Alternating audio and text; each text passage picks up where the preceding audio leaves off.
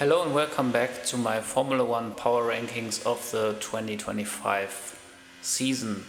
We are doing the teams edition again prior to the sixth race of the season, which will be in Miami.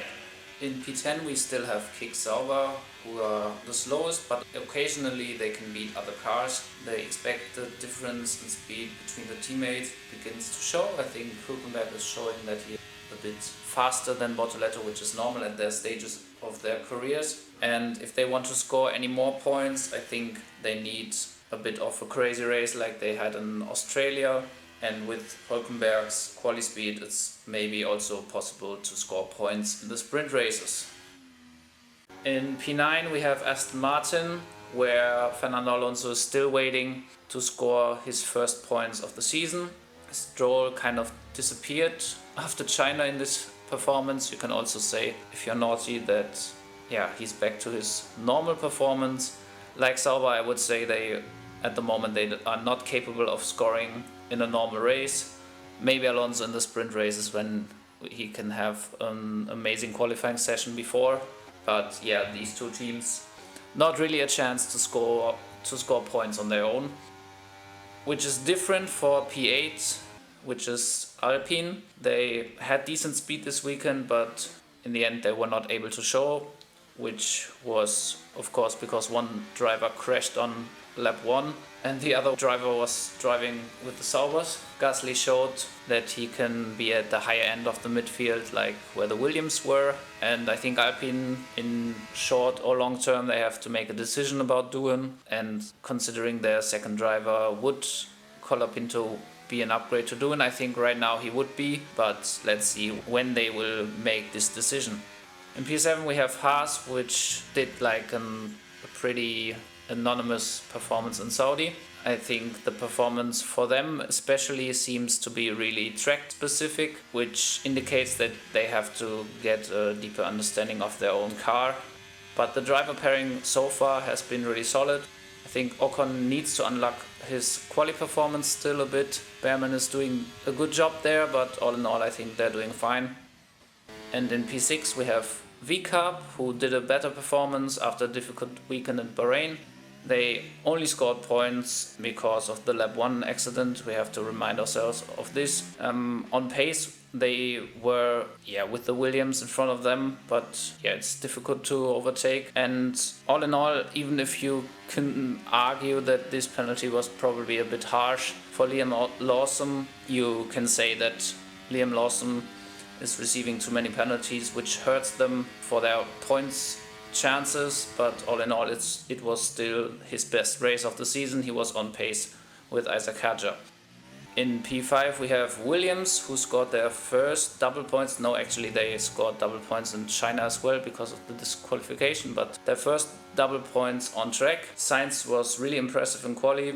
Albon missed out by a blink against Lewis Hamilton in Q2, and during the race they showed good teamwork to secure the double points finish and focusing on 2026 right now, because they already said they will not have big developments for this year, so it's important for them that they score these early points, and they're doing right now.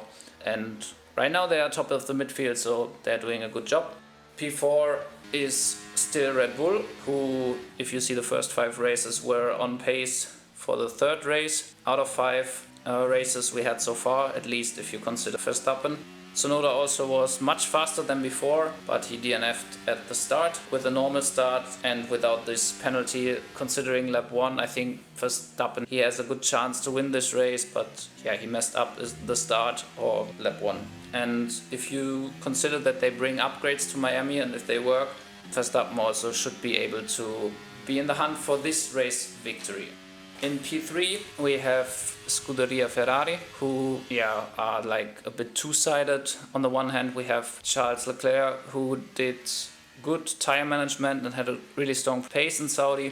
His quali pace is getting stronger every race. And on the other side we have Lewis Hamilton, who really needs to pick up his pace. At least you can say that he helped his teammate by his strong defense against Lando Norris. I think he defended for maybe 2 laps. He got him back on the main straight. So in the end, this helped his teammate, who of course finished 1 second ahead of Lando in the end. But We can also make a case that Saudi was not Hamilton's track in the previous years, if you not consider the first year where he was in the championship fight, but the last years it was difficult for him.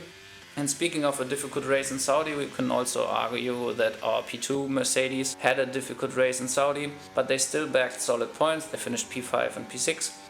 And I think Russell said after the race that he cooked his tires a bit in the aim to go for the victory. So these rankings, P2 to P4 in the constructors, are I think really track dependent right now, and they're really close. But I think for my ranking right now they are in P2 because they had the lowest lows of the three teams, even if they probably didn't have the highest high points in this season. But P1 obviously still is McLaren. They have still the fastest car, although it was not an easy win in Saudi. They seem to struggle a bit more in dirty air. Norris did again a quite big mistake in quali, which cost him the race, and Piastri kept calm and took the lead at the start, was overtaken by Verstappen outside of the track, and then took the lead in the pit stops and then won the race and took the lead in the championship actually for the first time. And if Norris wants to compete for this Drivers' Championship, he needs to stop his mistakes.